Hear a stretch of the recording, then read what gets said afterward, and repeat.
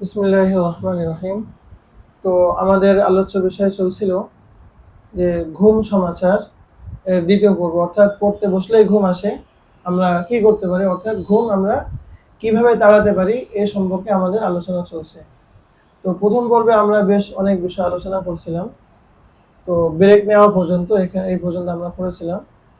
আর দ্বিতীয় পর্বে এখানে যে এখান থেকে শুরু হচ্ছে যে আমার ধরেন আমি পড়তেছি ফজরের পর উসুলুল ইফতা আমি পড়তেছি উদাহরণস্বরূপ, এটা নিয়ে শুরু করেছি, বেশ ধরেন 10 মিনিট 15 মিনিট আমি পড়েছি। উদাহরণস্বরূপ আমার একটু ঘুম ঘুম ভাব আসতেছে, তো এর আগে তো বলেছে আমরা স্থান পরিবর্তন করব, তো আমরা এই কাজও করতে পারি, আমরা বিষয় পরিবর্তন করে নিলাম। তখন ধরেন আপনি কিতাবুত তাহারাত পড়া শুরু করেন, আপনি কিতাবুল বুয়ু আপনি পড়া শুরু করেন, মাজাল্লাতুল আহকামিল আদলি আপনি পড়া শুরু করেন, বা আপনার আল মাদখাল ইলা উলুমিল হাদিস শরীফ এটা পড়া শুরু করেন, অথবা আপনি লেখালেখি শুরু করেন। এই যে পরের পয়েন্টে আছে যে ঘুম আসলে আপনার পড়তে বসলে ঘুম আসছে, আপনি ওই সময় লেখার কাজটা আপনি সেরে নেন, লেখার কাজটা আপনি কি করেন, সেরে নেন। তো এটাও কিন্তু দেখা গিয়েছে গবেষণায়, বা এটা অভিজ্ঞতায় দেখা গিয়েছে যে পড়তে বসলে ঘুম চলে আসে, কিন্তু লিখলে কিন্তু আবার ঘুম আসে না। কারণ আপনার লিখতে গেলে তখন কিন্তু চোখ, তারপরে মনোযোগ, হাত, অনেকগুলো অর্গান একসাথে ব্যবহৃত হয়। গত বছর একটা তরবিয়তি মজলিসে আমি কথা বলছিলাম, ওই তরবিয়তি ওই বইয়ের মধ্যে আছে, আপনি যত বেশি অর্গান ব্যবহার করবেন, শরীরের যত বেশি অঙ্গ আপনি ব্যবহার করবেন, আপনার মনোযোগ তত বাড়বে। কেউ আপনার শুধু চোখ দিয়ে মনে মনে পড়তেছে, আর একজন মুখে কিছুটা উচ্চারণ করে করে নিজেকে শুনিয়ে শুনিয়ে পড়তেছে, আবার হাত দিয়ে পড়তেছে। বলেন তো, যে ব্যক্তি শুধু মানে হাত এখানে গুটিয়ে চোখে পড়তেছে, আর কেউ হলো চোখ দিয়ে পড়তেছে মনে মনে, কিন্তু হাত আবার ওখানে বুলাচ্ছে, আবার কেউ চোখ দিয়ে পড়তেছে হাত বুলাচ্ছে আবার মুখে উচ্চারণ করছে, এই তিন পড়া কি সমান? নাকি এই তিন পড়ার অনেক ব্যবধান আছে? যে শুধু চোখ দিয়ে পড়তেছে তার থেকে অবশ্যই যে হাত ব্যবহার করছে তার মনোযোগ বেশি, যে এখান থেকে মুখ ব্যবহার করছে তার মনোযোগ আরো বেশি। অর্থাৎ এটা একটা নিয়ম, যত বেশি আপনি অর্গান ব্যবহার করবেন, অঙ্গ প্রত্যঙ্গ পড়ার কাজে ব্যবহার করবেন, আপনার মনোযোগ তত বেশি বাড়বে।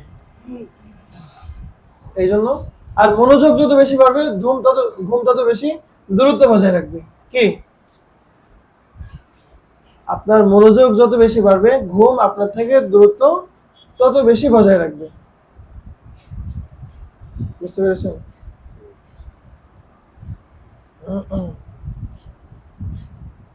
একটা না এক বিষয় না পড়ে, বা 1 বা 1.5 ঘন্টা পর পর একটি বিষয় বা বিভিন্ন টপিক পড়া শুরু করা, এতে ব্রেইনের উদ্দীপনা বজায় থাকে। ব্রেইনের উদ্দীপনা কি বজায় থাকে। আচ্ছা, ঘুম আসলে লেখা শুরু করা, ঘুম আসলে কি করা, লেখা শুরু করা, ওই সময় লেখার কাজগুলো শেষ করে নেওয়া। দেখেন আমাদের সামনে যে শীট আছে, এই শীটটা খুব প্রাথমিক পর্যায়ে, আপনার এটা সম্পাদনা করা ছাড়া, এই জন্য এখানে কিছু ভুল ভ্রান্তি আছে, এটা পরবর্তীতে ইনশাল্লাহ সম্পাদনা করা হবে। এরপর দেখেন অনেক সময় এমন হবে যে কোনোভাবেই আমি বানাতে পারছি না, অর্থাৎ এত এত কোনো কিছু নিয়ম, কোনো কিছু আমার ক্ষেত্রে ফিট হচ্ছে না, এত বেশি ঘুম আসছে, হতে পারে কিনা? হ্যাঁ, আপনি 5 মিনিট ঘুমিয়ে নেন, ওই যে ব্রেকের সময়টা আপনি ঘুমিয়ে নেন, আপনি পাশের জনকে, কিন্তু ঘুমানোর সময় সেটা আমি কিন্তু বলেছি, একেবারে দেওয়ালের পাশে ঘুমানোর মতো, মানে একটা বেডিং রেখে আপনি পাশ দিয়ে ঘুমাবেন, আর হয়ে ঘুমাবেন না। দারুল মুতালার পরিবেশ নষ্ট না করে আপনি ওই ব্রেকের 5 মিনিট সময় আপনি পাশে ঘুমাই পড়েন, আর পাশের সাথীকে বলবেন যে হুজুর এসে জিজ্ঞাসা করলে মানে যেন বলা হয় যে উনি ওই ব্রেকের 5 মিনিট সময় ঘুমিয়েছে, 7 মিনিট সময় ঘুমিয়েছে, এটা কোনো সমস্যা না। আর ওটা পাশের সাথীকে কেন বলতে হবে? নেগরান উস্তাদের জন্য আবার কোনো বদধারণা তৈরি না হয় যে যে কোনো কারণে ঘুমিয়ে গেল কেন। তো হুজুর যখন হাঁটাচলা করবে, অবশ্যই তো উস্তাদ ইশারা করবেন যে কি হলো, আশেপাশের সাথীদেরকে তো ইশারা করা হয়, তো বলবে যে উনি 5 মিনিট ঘুমিয়েছে, কোনো সমস্যা নেই। তো 5 মিনিট ঘুমাই দেখেন, 7 মিনিট ঘুমান, আপনার মাথাটা পুরো ফ্রেশ হয়ে যাবে, যাবে কিনা? হ্যাঁ। অনেক সময় ঘাড় ব্যথা করে, অনেক সময় খুব একটু লাগে, যে একটুখানি 5 মিনিট শুয়ে নিলে ব্যাস পুরাটা ঠিক হয়ে যায়। হুম। এরপর কারোর সাথে পড়াশোনা নিয়ে আলোচনা পর্যালোচনা শুরু করা, মুজাকারা যেটাকে বলে, মুজাকারা করলেন, দেখা যাচ্ছে এখন ঘুম আসছে, তো মুজাকারা করাও দরকার, তো মুজাকারার বিষয়টা, লেখালেখির বিষয়টা আপনি ওখানে সেরে নেন, আপনি 10 মিনিট মুজাকারা করেন। অথবা ব্রেকের সময় নিয়েছেন, তো ব্রেকের সময়টা আপনি মুজাকারার মধ্যে কাটান, ঠিক আছে। এরপরে নিজের স্বপ্ন পূরণের জন্য সব সময় অস্থির থাকা, কি বললাম, আমাদের তো একটা স্বপ্ন থাকা উচিত যে আমি কোন পর্যন্ত পৌঁছাতে চাই, আমি নিজেকে কোন স্তরে আমি দেখতে চাই। এই স্বপ্ন পূরণের জন্য সব সময় নিজেকে অস্থির রাখা। এরপরের পয়েন্টে আছে যে পড়া ভালোভাবে করার ফিকির সবসময় মাথায় রাখা, যে আমি পড়া যেভাবে হচ্ছে আরো কিভাবে উন্নতি করতে পারি, আরো কিভাবে নিজেকে এগিয়ে নিতে পারি, এই ফিকির সবসময় মাথায় থাকতে হবে। আচ্ছা, এরপরে ইলমের মহাব্বত পয়দা করা, কি করা, ইলমের মহাব্বত পয়দা করা, বুঝতে পেরেছেন? কারণ আমি এই গত দিনে বয়ানের মধ্যে বলেছিলাম যে মহাব্বতের মানুষের সাথে অনেকদিন পরে যদি সাক্ষাৎ হয়, বলেন রাত কিভাবে পার হয় ওটা কিন্তু বোঝা যায় না। তো ইলমের প্রতি যদি ওরকম মহাব্বত থাকে, তো এই মহাব্বত ওই ঘুমকে তাড়িয়ে দিবে। আর এখানে যে বলা হলো যে নিজের স্বপ্ন পূরণের জন্য অস্থির থাকা, তো এখানে একটা প্রবাদ বাক্য শোনাতে চাই। স্বপ্ন ওইটা নয় যেটা মানুষ ঘুমিয়ে ঘুমিয়ে দেখে, বরং স্বপ্নই হলো তা যা মানুষকে ঘুমাতেই দেয় না, মানুষের ঘুম কেড়ে নেয়, সেইটাই কিন্তু প্রকৃত স্বপ্ন। কি স্বপ্ন কিন্তু ঘুমিয়ে ঘুমিয়ে দেখা, ওটা তো মাজাজি স্বপ্ন। মূল স্বপ্ন যেটা লক্ষ্য, যেটা মানুষকে ঘুমাতেই দেয় না, ঘুমাতে দেয় না মানে 24 ঘন্টায় ঘুমাতে দেয় না, না, অযথা সময় ঘুমাতে দেয় না, পড়ার সময় ঘুমাতে দেয় না। ছাত্রদের একটা বড় সমস্যা যে ঘুমানোর সময় পড়ার চিন্তায় ঘুম আসে না, আবার পড়তে বসলে ঘুমানোর কারণে পড়া হয় না। বিষয়টা এরকম কিনা, উভয়টাই সমস্যা। এই জন্য আমরা আমাদের এই মহাজারা শুরু করেছি, কিন্তু সময় মতো ঘুমাতে হবে, পরিমিত ঘুমাতে হবে, এইটাই হলো আমাদের মূল বিষয়। সময় মতো ঘুমাতে হবে, পরিমিত ঘুমাতে হবে, সময় মতো ঘুমাতে হবে এবং পরিমিত ঘুমাতে হবে, বুঝতে পেরেছেন? তো এমন স্বপ্ন দেখতে হবে যে স্বপ্ন আমাকে অযথা সময় আমার ঘুম কেড়ে নেবে, এইরকম স্বপ্ন দেখতে হবে, বুঝতে পেরেছেন?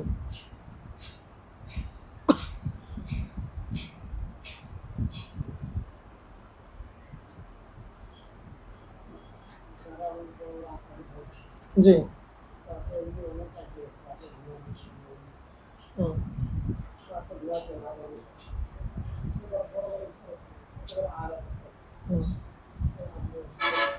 হ্যাঁ আছেন, আদি হুজুর সম্পর্কে আমরা জানি, এখন হুজুরের আমল কি জানি না। আমরা যখন ঢাকায় পড়াশোনা করতাম তখন হুজুর এরকম রাত 2টা 3টা পর্যন্ত উনি কাজ করতেন, ওই তাহাজ্জুদ পড়ে ওই আশেপাশে সময় অল্প সময় উনি ঘুমাতেন, দিনের বেলা হয়তো কিছু সময় ঘুমাতেন, এইভাবে ওনাদের দিন গিয়েছে। তো আমি তো বারবার বলতেছি, মানে একটা তো হলো যে আমরা জীবনের একটা আম অভ্যাস, আমরা এগুলো করব না। এগুলা কেউ যদি এটা মনে করে যে না আমি জীবনে অনেক বড় কিছু হতে চাই, আমার এত ডাক্তারি বিদ্যা দরকার নেই, আমি নিজের সর্বোচ্চটা দিয়ে আমি সীমাহীন কিছু করতে চাই, আমার নিজের শরীর আমার দরকার নেই, আমার যতদিন আমার হায়াতে আছে আমি কোরবানি করেই যাব, মানে তার বিষয়টা ভিন্ন। আমাদের আশাবিদদের অনেকের মাখাম এরকম ছিল, ডাক্তাররা বলেছে এই অবস্থায় পড়লে আপনি মারা যাবেন, তো বলছে এইটাও তো একটা রোগ, এই না পড়ে থাকতে পারি না, এটাই তো আমার মূল রোগ।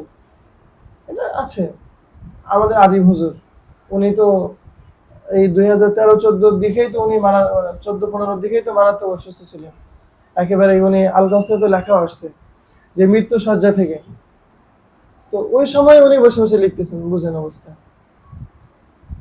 উনি একেবারে আইসিইউ বা এরকম সিসিইউ এরকম নিবিড় পর্যবেক্ষণে থেকে উনি কি লেখালেখি চালিয়ে যাচ্ছেন। ওনার পিতা যেদিন ইন্তেকাল করেছেন ওদিন একবার ওনার পিতার লাশ দেখেন, উপরে ওঠেন, আবার লেখেন, আবার নিচে আসেন, এই লেখাও তো পুস্তকের মধ্যে ছাপা হয়েছে। তো আমরা এই কথাগুলো বলছি সবার জন্য, বাকি এখানে ব্যতিক্রম থাকবে, এবং যারা ব্যতিক্রম থাকবে তারা যে অনেক বেশি অন্যায় করেছে বিষয়টা এরকম নয়, তারা নিজেদের জানকে ইলমের ময়দানে কোরবান করেছে। তাদের জন্যই তো এটা মান তালাবাল উলা সাহিরুল লায়ালি, যে উচ্চাভিলাষীর যারা সন্ধানী তাদের তো মানে বিনিদ্র রজনী তাদের সঙ্গী। রাত জেগে অনেক বড় মানুষ হয় কিভাবে? রাতে ঘুমিয়ে অনেক বড় মানুষ, অনেক বড় ব্যক্তিত্ব সে হয় কিভাবে? মান তালাবাল উলা সাহিরুল লায়ালি। অনেক যদি আপনার উচ্চাভিলাষী আকাঙ্ক্ষা থাকে, রাত আপনাকে তো জাগতেই হবে। অন্যরা যতটুকু সময় দেয় আপনাকে সময় তো তার থেকে আরো বেশি দিতে হবে, নতুন আপনি বড় হবেন কিভাবে? আপনি তো অন্য 10 জনের মতোই তো হবেন। কিন্তু আমরা যে নিয়মগুলো বলছি, ঘুমাতে হবে, এ করতে হবে, সে করতে হবে, এটা হলো আম নিয়ম, সবার জন্য যেটা অনুসরণীয়। আর আপনি যেটা বলছেন যে আমাদের আকাবিরা অনেক কম ঘুমাতেন, মানে সবসময় ইলমের কাছে ব্যস্ত থাকতেন, আমরাও কামনা করি এই যুগে এরকম কিছু মানুষ তৈরি হোক, তারা একেবারেই পুরা কোরবান হয়ে যাবে ইলমের মাধ্যমে। তারা এই নিয়ম কানুনের ঊর্ধ্বে উঠে তারা এমন কিছু কাজ জাতিকে উপহার দিবে যেটা জাতি 1000 বছর ধরে স্মরণ রাখবে, উপকৃত হবে। আর আমরা যেটা বলছি এটা কি সাধারণ নিয়ম, কি তো ইলমের মহাব্বত যদি আমরা পয়দা করি তাহলে আমাদের জন্য এই ত্যাগ কোরবানি করা এটা কি অনেক সহজ হয়ে যাবে। এরপর আরেকটা বিষয় হলো, অনেক ছাত্র অসুস্থ থাকে কিন্তু চিকিৎসা গ্রহণ করে না। তার মাথায় সমস্যা থাকে, তার পেটে সমস্যা থাকে, তার দেখা যাচ্ছে খাদ্য হজম হচ্ছে না, গ্যাস্ট্রিকের সমস্যা থাকে, নানান ধরনের সমস্যা থাকে কিনা। তো অসুস্থ হলে যথাযথ এবং দ্রুত চিকিৎসা গ্রহণ করতে হবে। আর আপনি যদি সুস্থই না হন, আপনার কোনো নিয়ম তো আপনার বেলায় প্রযোজ্য হবে না, হবে। এবং আমি এটা তো বলেছি, আপনি যদি অসুস্থ থাকেন, পুরা ছাত্র জীবনে আপনি ধরেন, আল্লাহ আমাদের সবাইকে হেফাজত করেন, আপনি হসপিটালের বেডে শুয়ে থাকলেন, আপনি মুস্তাহিদ হতে পারলেন না, যোগ্য আলেম হতে পারলেন না, আপনার দর্শে কিন্তু ছাত্ররা বসবে না। আপনি ধরেন, আপনি তো কোনো মাদ্রাসায় উস্তাদ হিসেবে নেবেও না যদি যোগ্য না হন। কোনো মাদ্রাসায় গিয়ে যদি বলেন, ও দেখেন আমি আসলে ছাত্র জীবনে আমার অনেক আগ্রহ ছিল, অনেক উদ্দীপনা ছিল, অনেক, কিন্তু আমার আসলে শরীর এত বেশি অসুস্থ ছিল যে আমি পেরে উঠিনি, আমাকে দয়া করে একটু উস্তাদ হিসেবে নেন, কেউ আপনাকে দয়া করবে না।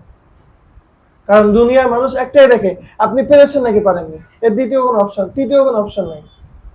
কোনোভাবে ধরেন আপনার কোনো মামা চাচা খালুর মাদ্রাসায় আপনি ঢুকে গেলেন, কোনোভাবে আপনি ছাত্রদের সামনে বসলেন, বলে আপনি তো পারেন না, ঠিক মতো বোঝাতে পারেন না, আপনি বললেন বাবারা আমি অনেক আন্তরিক আছি, আমি তোমাদের অনেক মহব্বত করি, কিন্তু আমি যতটুকু পারি তোমরা পারবো, আর না পারলে তোমরা যে পারে তার কাছ থেকে বুঝে নিবা, কারণ আমি আসলে আমার এত ওজোর ছিল, আমি পুরা হসপিটালের জিন্দিগি, আমার এই ছাত্র জিন্দিগি পুরা আমার হসপিটালের বেড়েই কেটেছে, তারপরেও তো আমি আজ তোমাদের সামনে বসছি।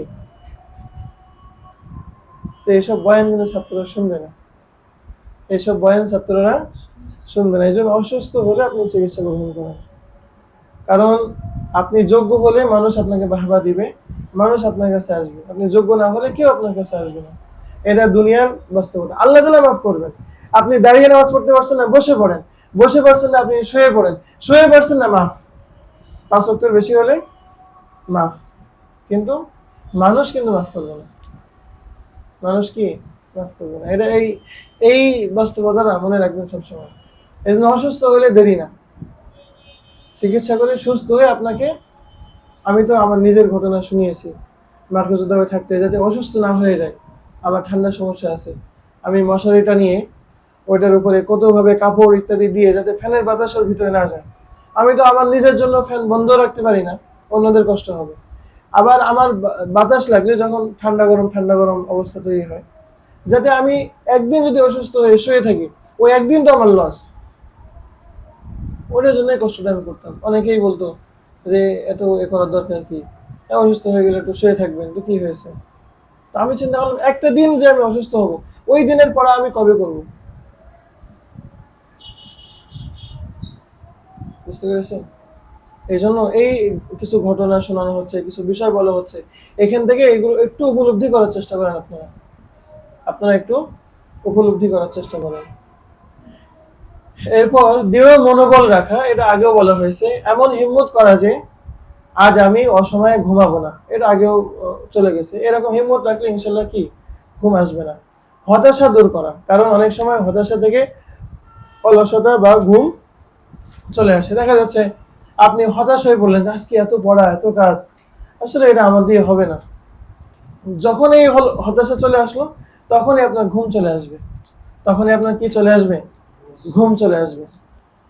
আচ্ছা, এখানে দেখেন আরো কিছু করণীয়। উজু করে পড়তে বসা। কি? উজু করে পড়তে বসা, এটা মনোযোগ বাড়ানো এবং শয়তানি প্ররোচনা দূর করা, শরীর সতেজ করা ইত্যাদি নানান রকম ফায়দা আছে। আপনার অনেক বেশি গরম লাগতেছে, গরমের অস্থিরতা, আপনি একটু উজু করে আসেন। উজুর মধ্যেও তো অনেক ফজিলত, আজকে ওই সময় তো বলছিলাম উজুর মধ্যেও কি অনেক ফজিলত। আপনি উজু করেন, উজু করে আসেন। শুধু পড়তে বসা শুরু করার সময় কেন উজু করবেন? আপনি ওই ব্রেকের সময় আপনি উজু করে আসেন। ঠিক আছে। 2 নম্বর মিসওয়াক করা। আপনি দেখেন, মিসওয়াক করা, ব্রাশ করা, দাঁত, মুখ পরিষ্কার পরিচ্ছন্ন রাখা। পরিষ্কার পরিচ্ছন্ন করলে শরীরের ভিতরে আলাদা একটা এনার্জি কাজ করে। আপনার কি এর অভিজ্ঞতা আছে কেন? আর যদি মুখ পরিষ্কার না থাকে তো এমনিতেই নিজের মধ্যে একটা জড়তা কাজ করে। কি? এটা সামনে আমি আপনাদের বলবো যখন উস্তাদ প্রশিক্ষণ হবে, যে কোনো দর্শে বসার আগে একটু পারলে ব্রাশ করে আসবেন। আপনার দিনে যদি 5 বার ব্রাশ করা লাগে, মিসওয়াক করা লাগে, আপনি করবেন দর্শে। কারণ আপনি দর্শে বসে আপনি নিজেকে তো আগে চাঙ্গা রাখতে হবে। আপনি দর্শে বসে নিজেই আপনি হলো কি অলসতার সাথে আপনি মিনমিন মিনমিন করে বলতেছেন, নিচের দিকে তাকিয়ে পড়াচ্ছেন, কারোর দিকে তাকান না, তো ছাত্র তো ঘুমাবেই। আপনি নিচের দিকে তাকাই পড়ান, আপনি ছাত্র তাকান না, তো ছাত্র তো এমনিতেই ঘুমাবে, ছাত্র তো মনোযোগী হবে না।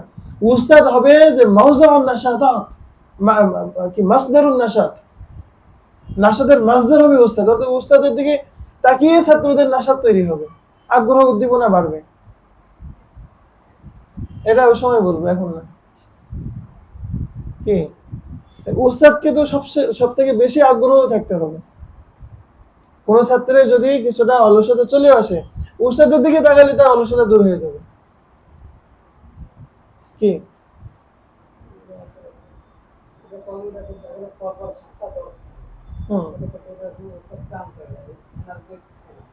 ওটা ওটা যেইভাবে রাখার দরকার সেইভাবে রাখতে হবে। আচ্ছা, নিয়ত বিশুদ্ধ করা, অর্থাৎ যে তাসহিহ নিয়ত, যে এটা আগের দিন বলেছিলাম যে এলেম কার পক্ষ থেকে আসছে, এলেম শিখলে কি হবে, না শিখলে কি কি ক্ষতি ইত্যাদি, এইগুলা বিষয় আমরা তাসহিহ নিয়ত আমরা করবো ইনশাল্লাহ। যখন আমার নিয়ত মানে ঠিক থাকবে, আমি যখন এটা আল্লাহ তাআলার কাছ থেকে সওয়াবের আশা করব, তখন কিন্তু প্রাপ্তির আশা করলে মানুষের কিন্তু কি হয়। আচ্ছা, যেহেতু এটা রেকর্ড হচ্ছে, এটা আজকের বিষয় না, ওটা অন্য কোনো সময় বলতাম, বাকি এই ফুরসতে বলে ফেলি। গত বছর আমি এটা একদিন বলেছিলাম। উদাহরণস্বরূপ, আপনারা এখন প্রত্যেকে যে মনোযোগ পড়াশোনার মধ্যে, আপনাদেরকে যদি একটা পুরস্কার আমরা ঘোষণা করি, আগামীকাল থেকে ফজরের পর থেকে একেবারে যতটুকু সময় পড়ার জন্য নির্ধারিত, পুরো সময় আপনারা পড়বেন। আপনাদের প্রত্যেকের উপরে ক্যামেরা থাকবে। এখন তো এমন ক্যামেরা আছে, আপনার মনোযোগ আছে কিনা সেটাও ট্র্যাক করা যায়। তো ওইরকম ক্যামেরা প্রত্যেকের কাছে থাকবে এবং সফটওয়্যারের মাধ্যমে ওইটা আমরা অ্যানালাইসিস করবো যে পুরো সময়টা আপনারা মনোযোগ সহকারে পড়েছেন কিনা। যদি কেউ মনোযোগ সহকারে পুরো সময়টা পড়েন, প্রতিদিন আপনাদের 10,000 করে টাকা দেওয়া হবে। প্রতিদিন পার ডে কত? 10,000 টাকা আপনাদের দেওয়া হবে প্রতিদিন। বলেন তো কি পরিমাণ মনোযোগ থাকবে? একটু একটু 10 সেকেন্ড কল্পনা করেন। প্রতিদিন যদি পুরো পড়ার টাইমটা মনোযোগ ধরে রাখতে পারেন, অন্যদিকে মনোযোগ না দেন, না ঘুমান, অলসতা না করেন, প্রতিদিন 10,000 করে টাকা দেওয়া হবে। কি পরিমাণ মনোযোগ ধরে রাখবেন? আচ্ছা, এখন বলেন, এই মনোযোগটা যদি, এই টাকার ঘোষণা তো নাই, তো কিন্তু এইরকম মনোযোগ দিয়ে যদি পুরো একটা বছর আপনারা কাটান, আপনারা কি এই জামানার কুতুব হবেন কিনা একটু বলেন তো আমাকে। আপনারা এই জামানার কুতুব হবেন না? কিন্তু বিশ্বাস করেন, এই যদি আপনারা 30 দিন যদি এইভাবে কাটান, আর আমাদের শিক্ষা বছরের কিন্তু কমই মাদ্রাসায় 200 দিন হয়তো সর্বোচ্চ পাওয়া যায়, 200 থেকে 210 দিন এরকম, ছুটি ছাটা ইত্যাদি সবকিছু, পরীক্ষা ইত্যাদি বাদ দিয়ে বেশ অনেক ছুটি ছাটা আছে না, এগুলো সবকিছু বাদ দিয়ে 200-220 দিন এরকম পাওয়া যায়। তো এখানে তাহলে কত টাকা হবে? 220 দিন হলে কয় মাস হয়? কয় মাস হয় আপনার? 4 মাস মানে 120 দিন, কত? 4 মাস, 6 মাস, 6 ধরেন 7 মাস। তো 7 3 7 কত? 21, মানে যদি প্রতি মাসে আপনি 30,000 টাকা পান, 30,000 না, 10,000 করে হলে 30 দিনে কত? 3 লক্ষ টাকা। তো 3 লক্ষ টাকা পেয়েছেন, তো 3 7 21 লক্ষ টাকা আপনি পাবেন। আপনি এক বছরে কত লক্ষ পাবেন? 21 লক্ষ টাকা পাবেন। কিন্তু ওই 21 লক্ষ টাকা আপনি ধরেন পাইলেন না, কিন্তু ওই 21 লক্ষ টাকার মনোযোগ আপনি পুরোটা বছর আপনি বিনিয়োগ করলেন। তো আপনি এত বড় আলেম হবেন যে পরবর্তীতে ওই 21 লক্ষ টাকা আপনার কাছে এরকম পানির মতো মনে হবে। আল্লাহ তাআলা আপনাকে এত উপরে উঠাবেন যে 21 লক্ষ টাকা কোনো টাকাই মনে হবে না। বড় আলেম হলে 21 লক্ষ টাকা কোনো টাকা? বলেন তো। আমাদের যারা আকাবিররা আছেন, বড়রা আছেন, এই বাংলাদেশেরই কোটি কোটি টাকার গাড়িতে চড়তেছেন না ওনারা? নাম বলবো? নাম না বলা ছাড়াই তো আপনারা জানেন, এবার আমার নাম বলার দরকার নেই, ঠিক আছে? তো আমাদের হয়তো ওই ঘোষণাটুকু নাই, কিন্তু ওই মনোযোগটা কিন্তু আমরা চাইলে দিতে পারি কিনা? আমরা চাইলে দিতে পারি না? অবশ্যই আমরা দিতে পারি। এবং আপনি অনেক বড় আলেম হন, আপনি অনেক ইলমি মানুষ হন, দেখেন 21 লক্ষ টাকা এটা আপনার কাছে কোনো ব্যাপারই না। হ্যাঁ, এটা হয়তো খেদমত জিন্দেগির একেবারেই শুরুতেই আপনার সব চলে আসবে না, কিন্তু আপনার যে ইলমি মাকাম, এটা আপনাকে আস্তে আস্তে অনেক উপরে উঠে নিয়ে যাবে, অনেক উচ্চতায় নিয়ে যাবে আপনাকে। এই ইস্তেদাদ এটা এটা গোপন রাখা যায় না, এটা এটা মানুষের প্রকাশিত হইতেই থাকে। এটা এটা ঢেকে রাখার কোনো জিনিস না তো। এটা এমন একটা যখন এটা ঝলঝল করতে থাকে, মানে এটা এটা অনেক গরম জিনিস। এইটা তাকে তার কাঙ্ক্ষিত লক্ষ্যে পৌঁছেই ছাড়ে। আপনি ওই ওই মাকামে পৌঁছান ইনশাল্লাহ। এই নিয়তটা কি করা যায় যে প্রতিদিন 10,000 টাকা দিলে আমাদের যেই মনোযোগটা থাকতো, ওই 10,000 টাকা ছাড়া আমরা ওই মনোযোগ দিব, আমরা আহলে ইলম হব। একটু নিয়ত করা যায় না? দৃঢ় ভাবে। দাঁত বের হবে না, কপাল গোটো হবে। এগুলো শোনার সময় কপাল গোটো হবে, কিন্তু দাঁত বের হবে না।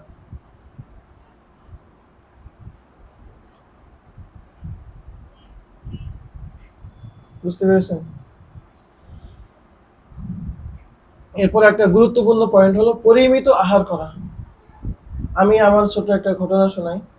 মার্কজুদ্দারে যখন পড়তাম, বিশেষ করে ওখানে তো 3 বেলা খানা দেয়, আলহামদুলিল্লাহ খুব মজবুত শানদার খানা। ওখানে চাইলে অনেক পেট ভরে খাওয়া যায়, একেবারেই পেট ফুল করে খাওয়া যায়। কিন্তু পরীক্ষার সময় আমি নিজে যেটা করতাম, অন্য সময় হয়তো স্বাভাবিক পেট ভরে খাওয়া হতো, বিশেষ করে পরীক্ষার সময় আমি অন্য দিনের তুলনায় অনেক কম খাইতাম। যদি অন্য সময় যা খাই তার 3 ভাগের হয়তো 2 ভাগ আমি খাইতাম, বা অর্ধেক খাইতাম। কেন? কারণ আপনি যখন পেট ভরে খাবেন তখন কিন্তু শরীর একটা বিশ্রাম তাকাজা করবে, কিন্তু পেটে যদি কিছুটা আপনি ক্ষুধা বাকি রাখেন, তাহলে কিন্তু আপনি মেহনতটা পরিপূর্ণ করতে পারবেন। আপনার এমনি হাদিসের মধ্যে তো আছে যে 1/3 খাবার, 1/3 পানি, এবং আরেক তৃতীয়াংশ কি আপনার ইবাদতের জন্য ফাঁকা রাখা। এটা কিন্তু অনেক গুরুত্বপূর্ণ জিনিস।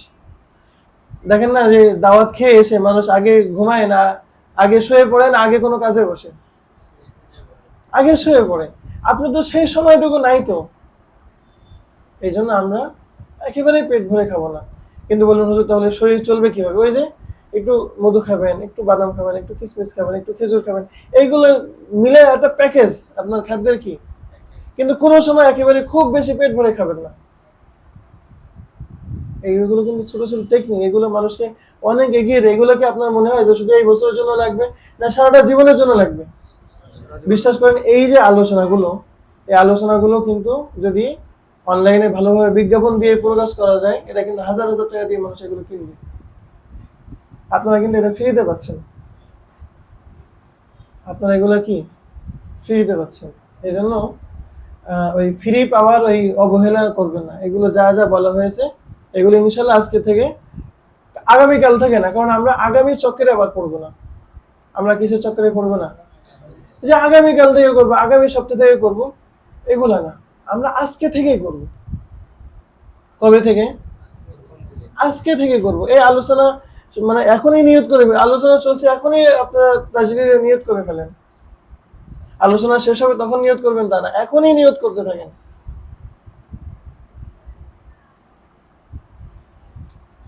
বলেন এই এই এইগুলা শোনার পরেও যদি নিজেদেরকে আপনারা এগিয়ে না নিতে পারেন, তো এটার দায় কি অন্য কারো না আপনাদের? বলেন।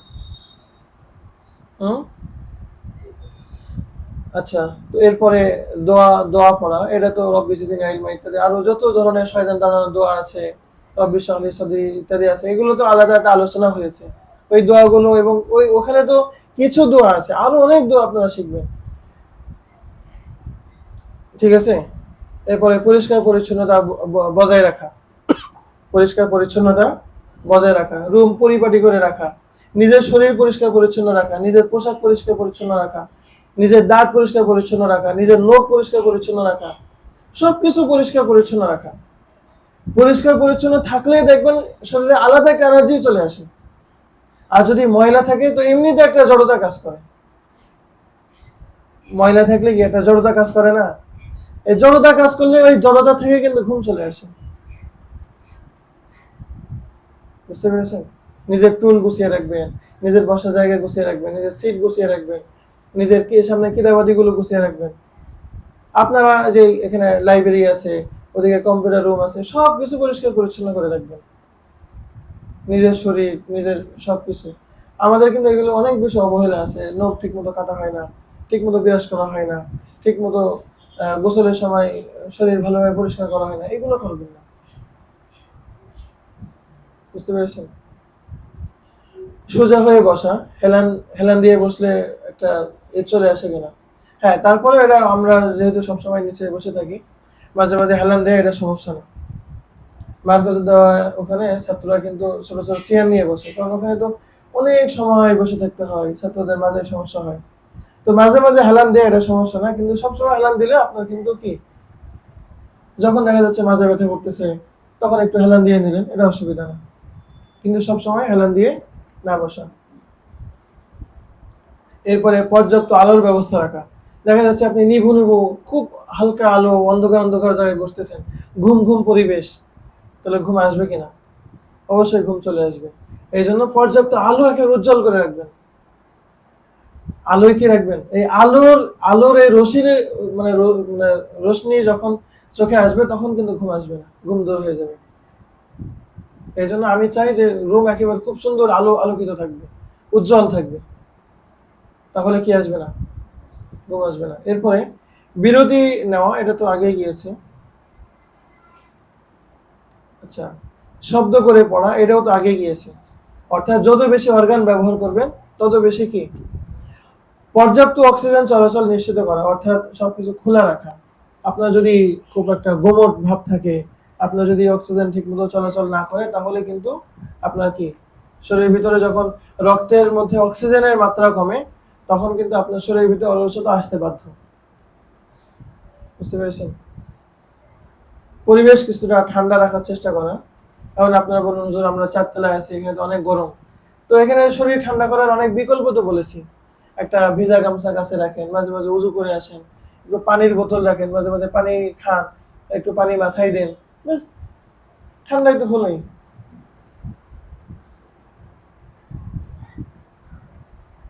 ঠিক আছে।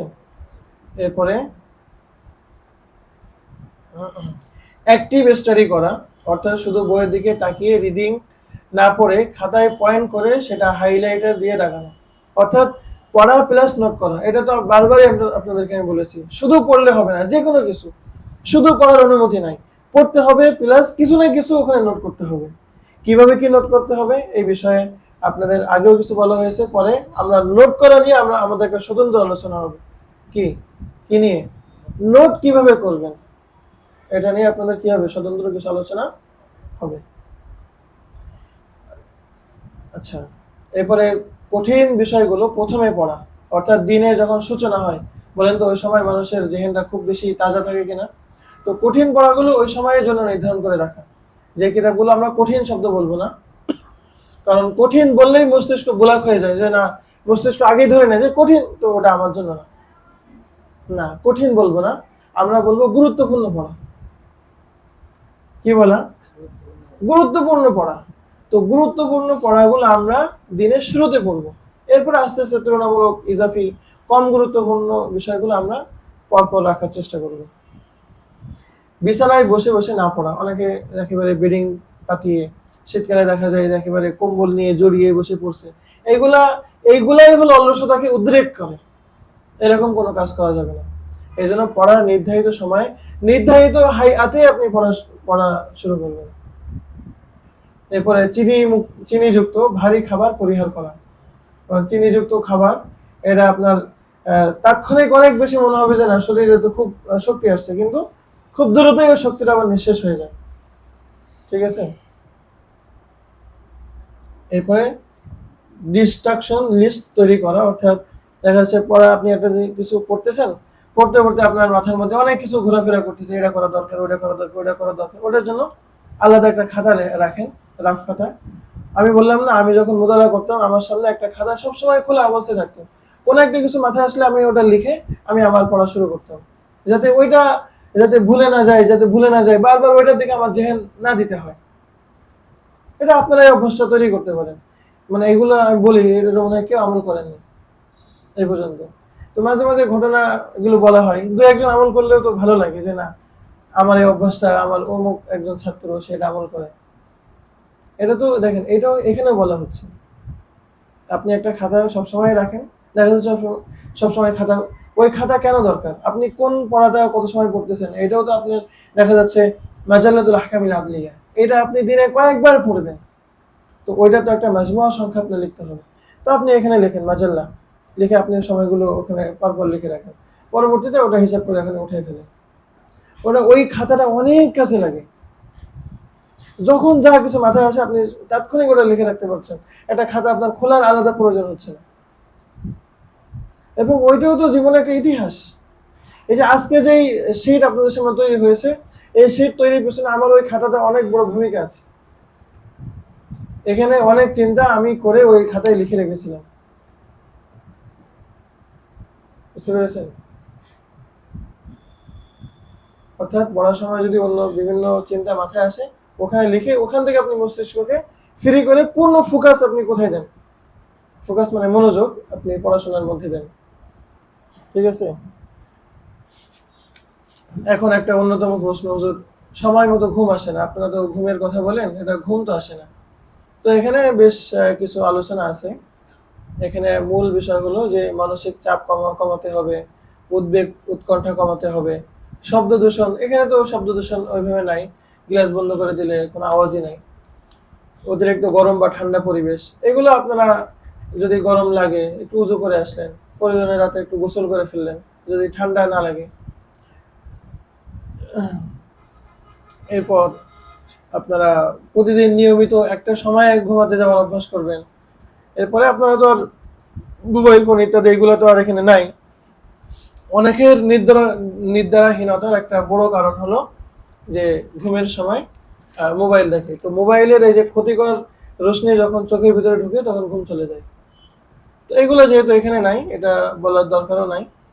তো আশা করি উপরের যে বিষয়গুলো বলা হয়েছে এই বিষয়গুলো যদি ফলো করেন, সারাটা মূল বিষয় কি, সারাদিন যদি আপনি কাজের মধ্যে থাকেন, ঘুমের সময় ঘুম এমনিই চলে আসবে, এটা বলা লাগবে না।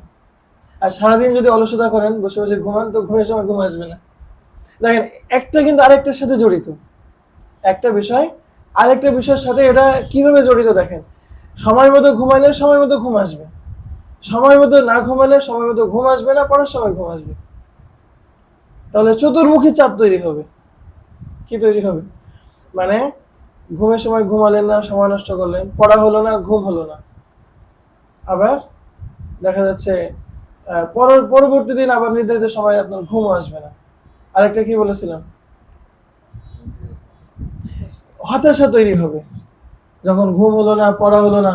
তো আপনি ঘুম পড়বেন না পড়াশোনা করবেন, এই যে একটা চতুর্মুখী চাপে আপনি ভেঙে পড়বেন। আসলে এইগুলাই কিন্তু হয়, এইগুলার কারণেই কিন্তু ছাত্ররা অনেকে পিছিয়ে পড়ে। আসলে সে বুঝতেও পারে না কি কি জন্য আমি পিছিয়ে পড়তেছি। এক সময় তো ভালো ছিলাম, তো ভালো কেন ছিলাম আর এখন খারাপ কেন হচ্ছে, এটাও কিন্তু ছাত্ররা টের পায় না। সঠিক বললাম কিনা? দেখেন 5 নম্বর এখানে বিষয় আছে, যে বিষয়গুলো এড়িয়ে চলতে হবে। ঘুমানোর অন্তত 6 ঘন্টা আগে চা কফি থেকে বিরত থাকতে হবে। রাতে ভারী খাবার থেকে বিরত থাকতে হবে। ঘুমানোর আগে ব্যায়াম করা যাবে না। মোবাইলের আলো এড়িয়ে চলতে হবে। এবং ঘুমানোর জন্য একটা নিরিবিলি এবং অন্ধকার একটা পরিবেশ তৈরি করতে হবে। এবং ঘুমানোর আগে নিজেকে বুঝাতে হবে এখন আমার ঘুমানোর সময়, এখন সময় নষ্ট করার সময় না। এবং নিজেকে বুঝাবেন যে এখন যদি আমি না ঘুমাই, সময় মতো যদি না ঘুমাতে পারি, আমার নানাবিধ সমস্যা আছে। এইটাকে যদি নিজে আপনি বুঝাতে পারেন, তাহলে কিন্তু ঘুম চলে আসবে। আপনি শুয়ে আপনি হলো মানে আপনি কোরআন তেলাওয়াত করেন, আপনি রাতে শুয়ে সূরা মুলক আপনি পড়েন, আপনি কোরআন তেলাওয়াত করেন, দেখবেন কোরআন তেলাওয়াত করতে করতে আপনার ঘুম চলে আসছে। যারা হাফেজ না, তো কিছু না কিছু সূরা তো মুখস্থ আছে, তো ওইগুলো আপনি সূরা ফাতিহা আপনি বারবার পড়তে থাকেন, আয়াতুল কুরসি বারবার পড়তে থাকেন, আপনি একটু জিকির করতে থাকেন। এগুলো করতে করতে দেখবেন আপনার ঘুম চলে আসবে। কারণ জিকির করলে আপনার মনোযোগ কিন্তু অনেক দিকে খেলবে না। ঘুম না হওয়ার একটা অন্যতম কারণ হলো শুয়ে শুয়ে নানান ধরনের চিন্তা মাথায় আসে। পারিবারিক চিন্তা, এই চিন্তা, সেই চিন্তা, এটা হলে এটা করবো, ওটা করবো, ওটা করবো, পড়ার চিন্তা।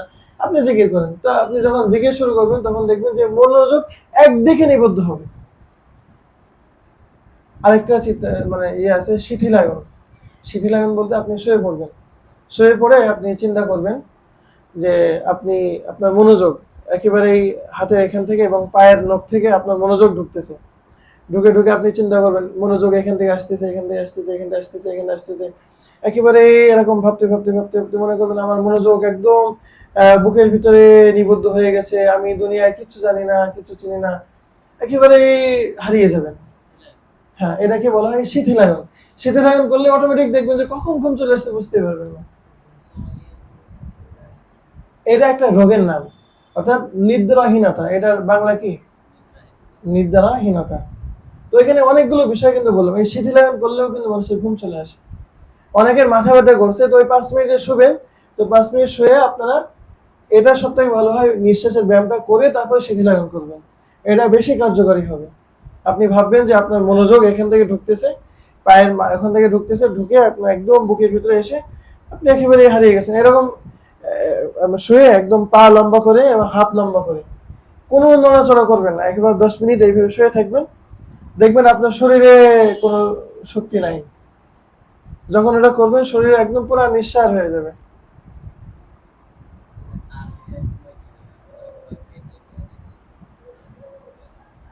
জানেন? আচ্ছা, ঠিক আছে।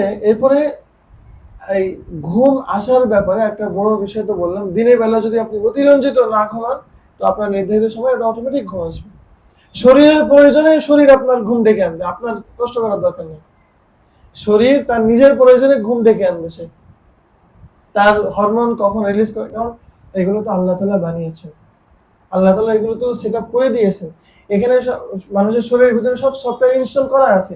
আমরা না এগুলো অপব্যবহার করি, আমরা এগুলোর কি করি? অপব্যবহার করি। আমরা তো নিজেদেরকে নিজেরা ধ্বংস করি। আর এরপরেও কারোর হয়তো শরীরের ভিতরে বড় কোনো সমস্যা থাকতে পারে, ঘুম নিদ্রাহীনতা জনিত কোনো সমস্যা আসলেই থাকতে পারে। তো এটা দেখা যাচ্ছে 1 মাস 2 মাস অনেক নিয়মকানুন মেনেও কাজ হচ্ছে না, আপনি ডাক্তার দেখান। ডাক্তার দেখালে আপনার ইনশাল্লাহ এখান থেকে কি, বাকি আমি মনে করি আমাদের কমই বলেছে এগুলো ডাক্তার দেখানোর কোনো দরকার নেই। নিয়মকানুন মানলে আমি মনে করি 99.99% ছাত্র সে তার ডাক্তার দেখানোর দরকার নেই। আরে ডাক্তার তো দেখাবে তারা যারা এই যে নানান ধরনের অন্যায় অনাচার করে, মানুষের মেরে কেটে খেয়ে সবসময় চিন্তা পেরেশানির মধ্যে থাকে, এরাই না এগুলো ডাক্তার দেখাবে, আমরা কেন ডাক্তার দেখাবো? অথবা হতে পারে উনি অনেক বেশি ত্যাগ এবং কুরবানি, অনেক বেশি পড়াশোনা করেছে, যার ফলে আসলে তার শরীর এরকম হয়ে গেছে। এরকম অনেক ওলামা একরাম হতে পারে না। হারুন যেটা বললো যে দিনে 1-2 ঘন্টা ঘুমায় আর সারাদিন ইলমি কাজে মানে ব্যস্ত থাকে। তো এই কারণে তো কোনো না কোনো এক সময় নিদ্রাহীনতা এটা তৈরি হতে পারে, যে অল্প ঘুমাইতে ঘুমাইতে এখন ঘুমই আসে না, মাথা কাজ করে না, এরকম হতে পারে, তখন আবার ওষুধ খাইতে হবে। ঠিক আছে? তো ঠিক আছে, যতটুকু শুনলাম, আল্লাহ তাআলা আমাদেরকে আমল করার তৌফিক দান করেন। দেখেন, যে কোনো নসিহতের মূল বিষয় হলো আমল না করলে ফায়দা নাই, আপনি আমল করলেই ফায়দা। অনেক নসিহত আপনাদেরকে গুলিয়ে গুলিয়ে আমরা খাইয়ে দিলাম, কিন্তু আমল করলে না, এটার কোনো ফায়দা নাই। বুঝতে পেরেছেন? আচ্ছা, এই সম্পর্কে কোনো প্রশ্ন আছে? আচ্ছা ঠিক আছে, আমরা শেষ করলাম। সুবহানাকাল্লাহুম্মা ওয়া বিহামদিকা আশহাদু আল্লা ইলাহা ইল্লা আনতা আস্তাগফিরুকা ওয়া আতুবু ইলাইক।